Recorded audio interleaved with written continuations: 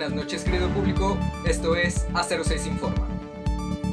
Mi nombre es José Antonio Casas y a nombre de mis compañeras Dayana Salazar, Alejandra Espino, Vanessa Mendoza, Andrea Chapa, Lizeth Castillo y Mariana Olivas, les doy la más cordial bienvenida. La forma correcta de estudiar la historia del México contemporáneo es a través de los sexenios de los presidentes. Así que, a continuación, mis compañeras les mostrarán la información más relevante de cada uno de ellos. Vamos con ello. Manuel Ávila Camacho, 1940 a 1946. Una política interna de búsqueda de unión nacional y un esfuerzo por industrializar a México caracterizaron el mandato del presidente Manuel Ávila Camacho. Como candidato del oficial Partido Nacional Revolucionario, posteriormente Partido Revolucionario Institucional, Ávila Camacho triunfó en unas reñidas elecciones presidenciales en 1940, tras las cuales la oposición afirmó que se había realizado fraude. Ese mismo año se hizo cargo de un país dividido por las políticas izquierdistas de Cárdenas. En su búsqueda de unión nacional, Ávila Camacho modificó el artículo constitucional con que Cárdenas había establecido la educación socialista obligatoria. Buscó, además, un acercamiento con la Iglesia Católica, declarándose incluso creyente, y un acuerdo con las compañías petroleras cuyas operaciones y prioridades habían sido nacionalizadas. Objeto de un atento en 1942, ese mismo año logró reunir en un acto público a todos los expresidentes en una manifestación de apoyo a su gobierno.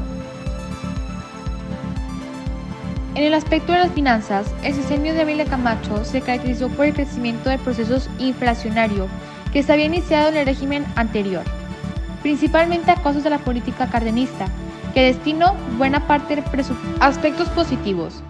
Se elevó el presupuesto para la creación de escuelas, se fundó el Instituto del Seguro Social, se decretó la congelación de rentas en beneficios de las clases populares. Aspectos negativos. El término del programa Bracero, tan empírico, dio pie al crecimiento desmedio de los llamados mojados. La moneda se devaluó. Creció la inflación, motivo por el que solicitó préstamos el Banco de México. Miguel Alemán Valdés fue un abogado y político mexicano que ejerció la presidencia de México durante el periodo 1946-1952, donde hizo notables aportaciones al desarrollo del país, además de su carrera política que lo llevó a desempeñar importantes cargos en la administración pública. Se desempeñó como abogado litigante y empresario.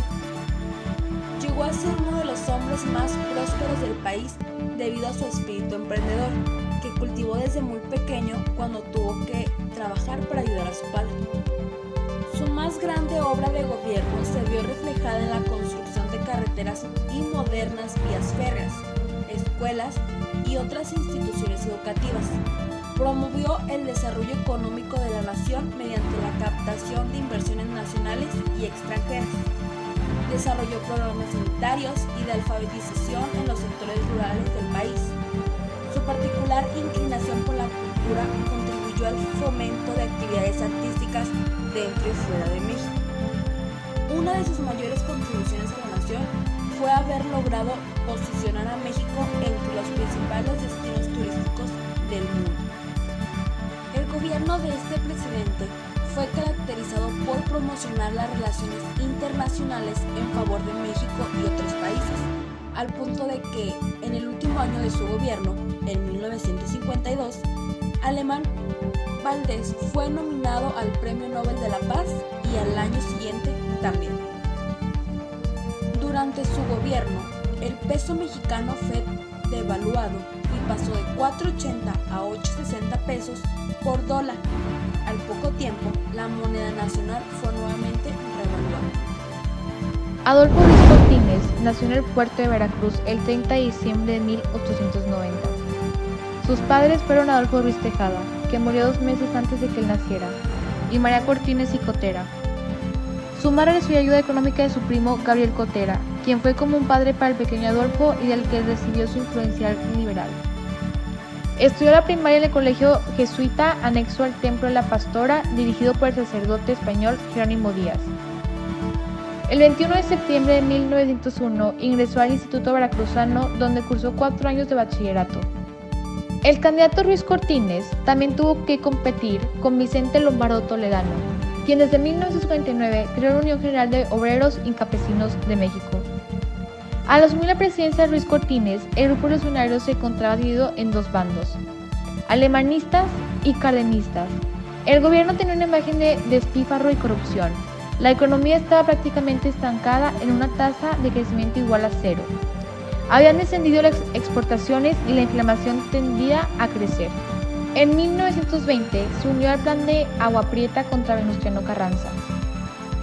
El 16 de abril de 1944 fue nominado candidato a gobernador del estado de Veracruz por el Partido de la Revolución Mexicana, PRM.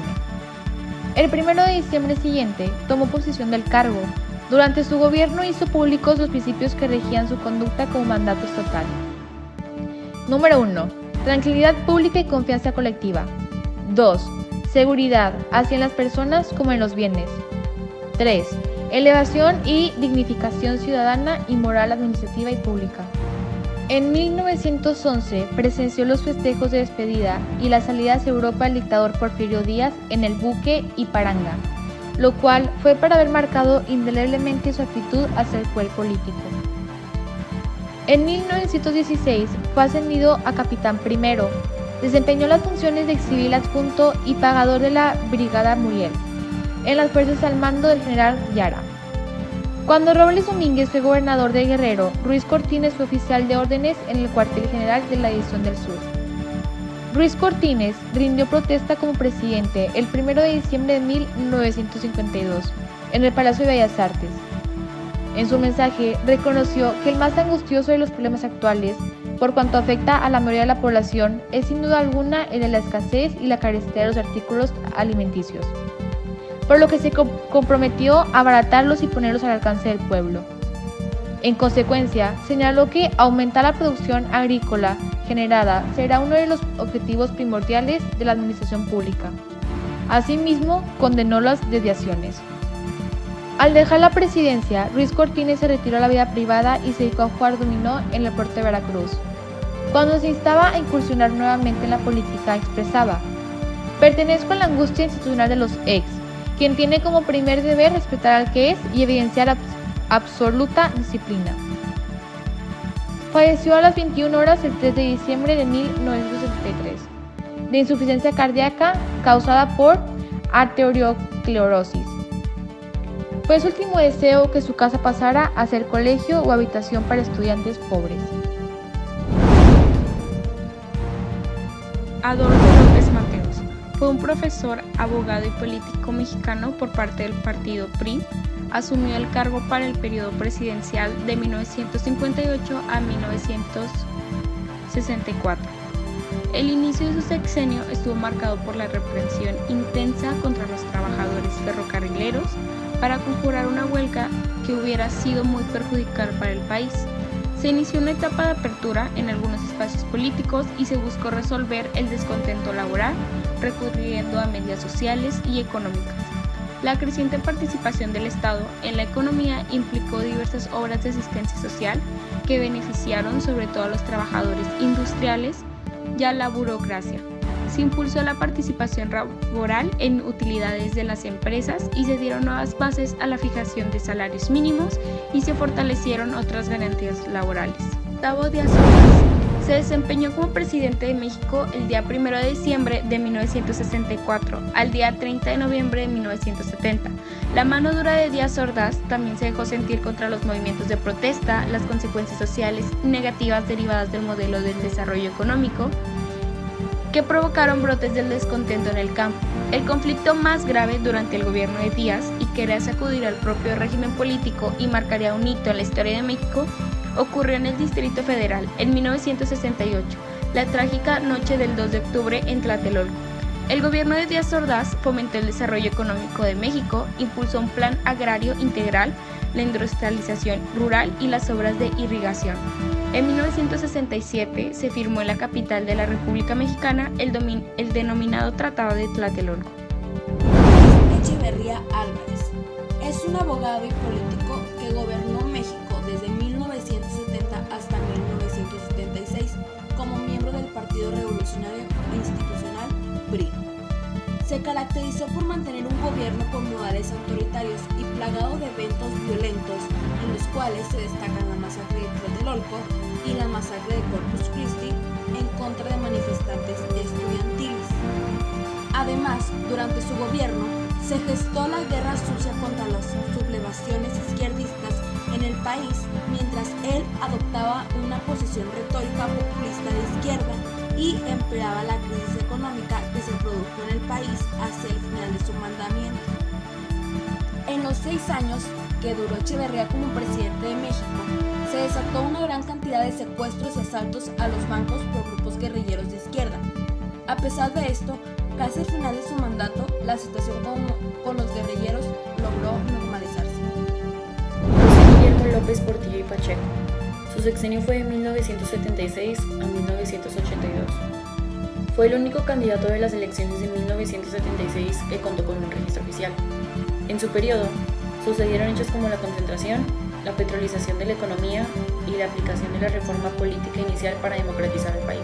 La primera visita del Papa Juan Pablo II y en apenas un par de años el más alto crecimiento económico nacional en su historia, seguido de una grave caída, la primera en la segunda mitad del siglo XX, debida a una política monetarista y una presunta liquidación de los recursos públicos provenientes principalmente de los excedentes del petróleo.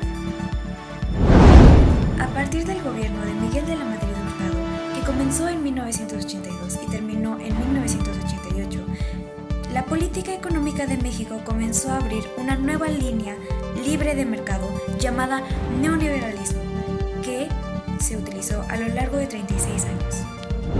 El sexenio de Carlos Salinas de Gortari empezó en 1988 y terminó en 1994.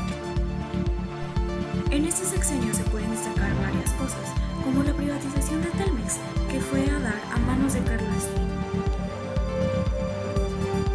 También en este sexenio existió lo que se conoce como la privatización de la banca, que se llevó a cabo mediante una reforma constitucional entre los artículos 28 y 123, que fueron aprobados el 12 de mayo de 1990. Gracias a esta privatización, se hicieron muchos cambios a lo largo de la República y también empezó a instalarse una red de fibra óptica. También se puede destacar lo que vino siendo el Tratado de Libre Comercio, que son conjuntos de negociaciones formales que empezaron en 1990 y continuaron durante los próximos 3 años. El Tratado de Libre Comercio entró en vigor creando la que hasta ahora es entonces la zona de libre comercio más grande de todo el mundo. En este sexenio también se dio la modificación al artículo 27 de la reforma agraria.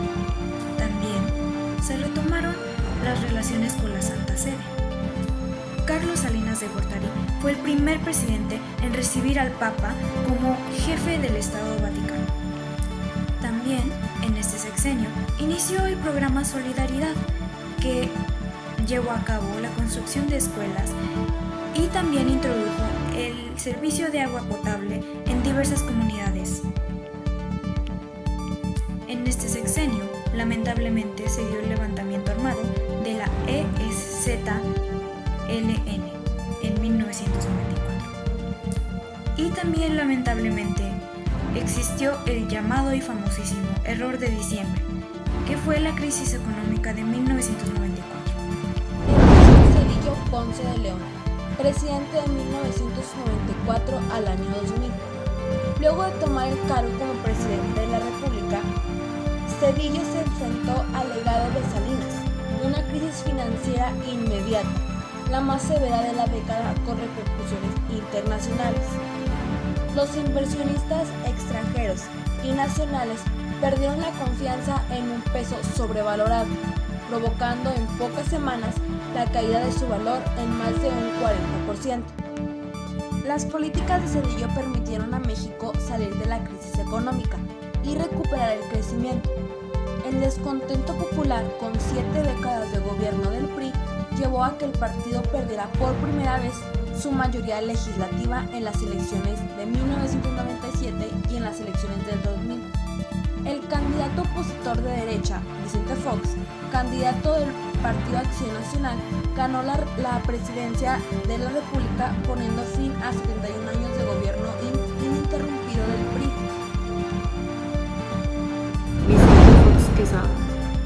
Su sexenio fue del 2000 al 2006. Como presidente, siguió principalmente las políticas económicas neoliberales que sus antecesores del PRI habían adoptado desde fines de los años 80. La primera mitad de su administración vio un nuevo cambio del gobierno federal a la derecha, fuertes relaciones con los Estados Unidos e intentos fallidos de aplicar un impuesto al valor agregado a los medicamentos, construir un aeropuerto en Texcoco y un importante conflicto diplomático con el líder cubano Fidel Castro. Felipe de Jesús Calderón Hinojosa. Su sexenio fue del 2006 al 2012.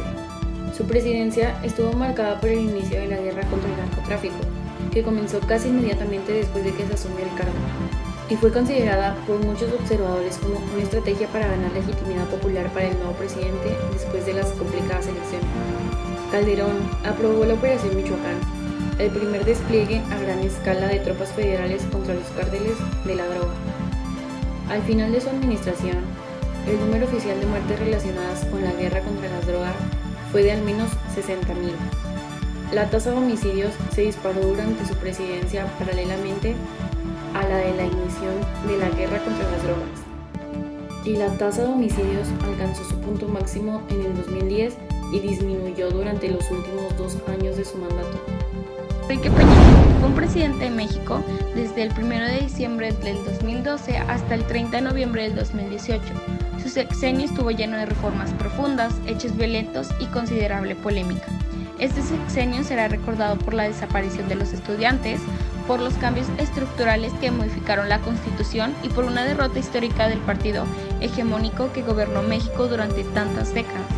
Durante el gobierno de Enrique Peña Nieto, la economía de México creció en un promedio de 2.4% anual, mientras que en el de Zedillo se observó un crecimiento promedio de 3.26%.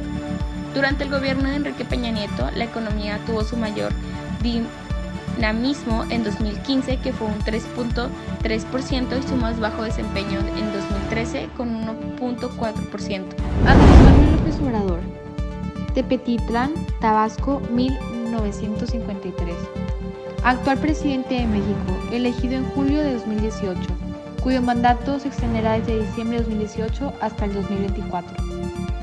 La tenacidad de este veterano político mexicano, de ideario izquierdista y férreamente comprometido en la lucha contra la corrupción y la pobreza, se vio finalmente recompensada al tercer intento de alcanzar la presidencia de la República. Muchas gracias, compañeras, y muchas gracias por presentarnos tan interesante información. Bueno, querido público, eso ha sido todo por el día de hoy. Muchas gracias por acompañarnos en esta cápsula de A06 Informa. Y recuerden, en la historia hay buenos y malos, pero la historia es de quien la cuenta. Muy buenas noches, mi nombre es José Antonio Casas, nos vemos a la próxima.